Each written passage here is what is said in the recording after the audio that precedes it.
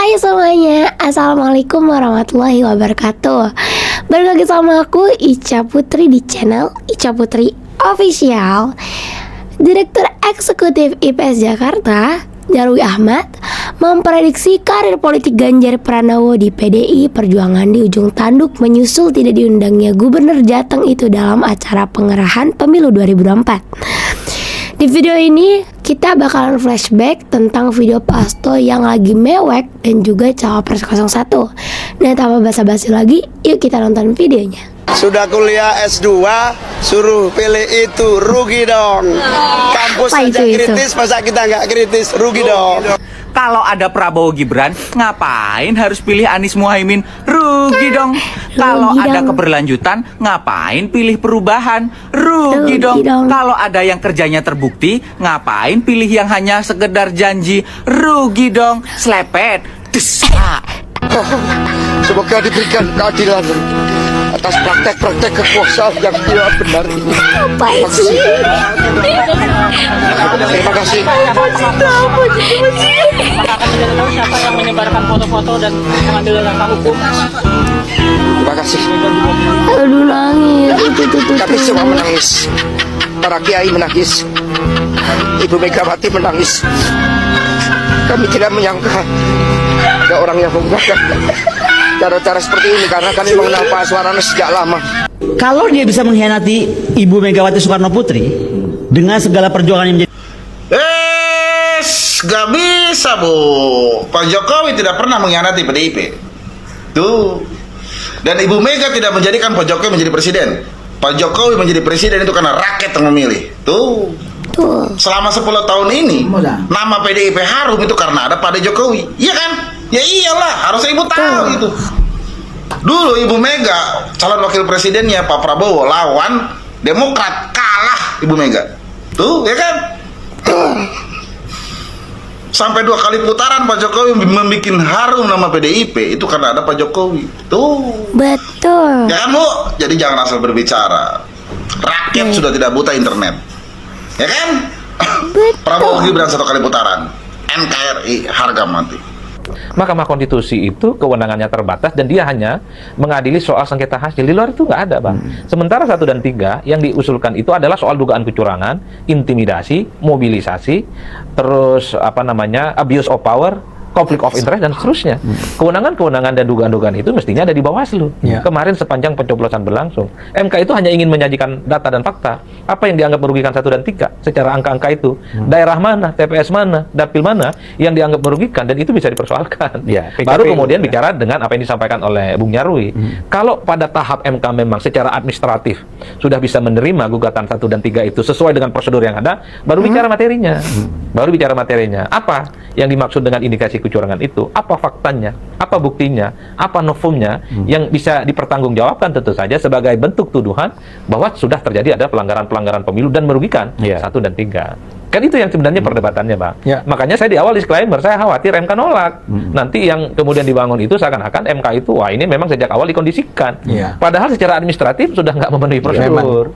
Padahal kalau mau jujur ya, MK setelah pergantian ketua MK beberapa waktu yang lalu, ini kan keputusan-keputusan politiknya luar biasa loh, Bang. Saya tidak ingin dalam konteks ingin memuji MK, tapi kita harus objektif. Ketika MK mengajukan gugatan dari Perludem soal ambang batas parlemen diturunkan kalau bisa dihilangkan, bagi saya itu on the right track. Untuk berkontribusi maupun di luar itu bukan hal yang sulit buat kami. Ya, artinya kami sudah terbiasa. KS berharap Tinggal bisa gabung permasalahannya kami adalah kita pengen Kabinet Prabowo Gibran. kebersamaan setelah Nasdem dan PKB didatangi, mungkin juga PKS pasti akan didatangi. Kita berharap gitu kan? Ngarep. Ya itu kita tunggu saja. Saya sudah komunikasi dengan beliau, sudah detail apa semua. Tapi hari ini beliau ada acara halal bihalal keluarga. Dan kita sama Prabowo cukup lama hubungan, jadi udah nggak sulit. Oke, apalagi? Iya, Pak. Ya kita dialog lah. Masa ujung-ujung main masuk aja kayak udah diterima aja. Tapi berharapnya begitu ya? Ya kita arahnya pokoknya semua itu serba mungkin, itu aja. Pertimbangannya? So kita nggak ingin berbuat lebih maksimal. Dan kita siap menyiapkan kader-kader PKS yang maksimal dan positif, baik dan profesional untuk berkontribusi. Kami sering sampaikan bahwa lawan di dalam pemilu dan pilpres adalah teman dalam demokrasi. Kami membedakan antara lawan dengan musuh. Kalau musuh saling menghabisi, kalau lawan saling menguatkan. Dan kita semua adalah anak-anak bangsa yang sedang berjuang bersama-sama untuk memajukan, menghadirkan perubahan, menghadirkan keadilan, menghadirkan kesejahteraan. Itu semua yang kita kerjakan. Jadi ketika proses kampanye, ketika proses pemilu, memang posisinya posisi lawan. Tapi sesungguhnya kita adalah teman dalam demokrasi. Jadi apabila datang waktunya, tentu saja kita siap untuk selalu berdiskusi, tukar pikiran, bertemu, dan tidak pernah sedikit pun ada bayangan bahwa ini adalah sebuah kontestasi yang tidak ada ujung. Argumen kawan-kawan PKS itu adalah dangkalnya argumen pertama-tama karena tidak berpikir panjang tentang kenapa kemarin menolak Pak Prabowo dan kenapa kemarin mengambil posisi yang berbeda dengan Pak Prabowo, dan bagaimana sebenarnya mereka memformulasi gagasan perjuangan dan pikiran-pikiran perjuangan yang mereka anggap berbeda, atau apakah hanya sekedar mau menempel pada keinginan figur-figur tertentu yang kita nggak tahu dasar berpikirnya gitu. Jadi menurut saya persoalan teman-teman PKS adalah persoalan dengan dirinya sendiri, yaitu tentang ketiadaan pikiran dan gagasan, sehingga melompat saja kepada gagasan lain yang sederhananya adalah kekuasaan eksekutif harus dibagi, dan seolah-olah kekuasaan eksekutif itu adalah sumber daripada kemakmuran, pendapatan, ya, sumber daya bagi partai, bisnis, perizinan dan sebagainya. Saya kira hal ini harus kita stop. Tapi Anies tidak punya nyali. Ini saya kurang ajar tuh situ. Saya lebih senior dari dia, tapi dikhianati begini kan gondok gitu. Anies memang orang cerdas, nggak ada yang meragukan. Saya top, saya akui saya kalah. Anies lah lebih the best. Gitu. Dia udah menginterest. Tapi Anies tidak punya nyali. Padahal dia bilang Prabowo tidak tahan untuk oposisi. Nah sekarang dia belum apa-apa udah nggak tahan, dia nyebrang gitu.